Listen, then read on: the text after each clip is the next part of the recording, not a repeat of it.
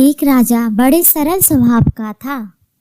उसके प्रशंसक और भक्त बनकर अनेकों लोग राज दरबार में पहुंचते और कुछ ठग कर ले जाते। एक से दूसरे को खबर लगी, चर्चा फैल गई।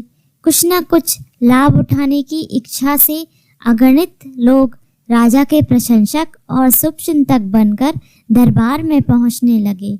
इस बढ़ती भीड़ को देखकर राजा स्वयं हैरान रहने लगे।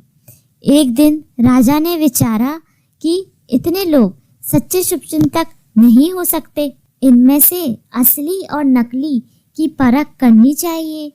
राजा ने राजपुरोहित को बुलावा भेजा।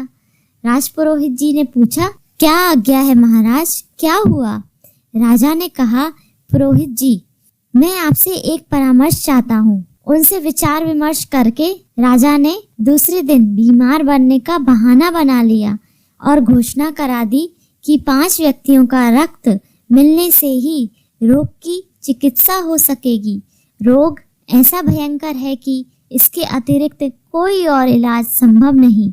सो जो राजा के शुभचिंतक हों अपना प्राण दान देने के लिए उपस्थित हों। घोषणा सुनकर राज्य भर में हलचल मच गई। एक से एक बढ़कर अपने को शुभचिंतक बताने वालों में से एक भी दरबार में न पहुंचा।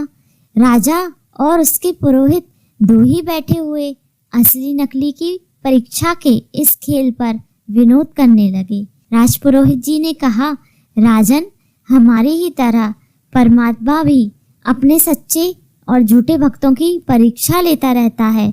परमात्मा का प्रयोजन पूरा करने वाले सच्चे भक्त संसार में नहीं के बराबर दिखते हैं, जबकि उससे कुछ याचना करने वाले स्वार्थियों की भीड़ सदा ही उसके दरबार में लगी रहती है।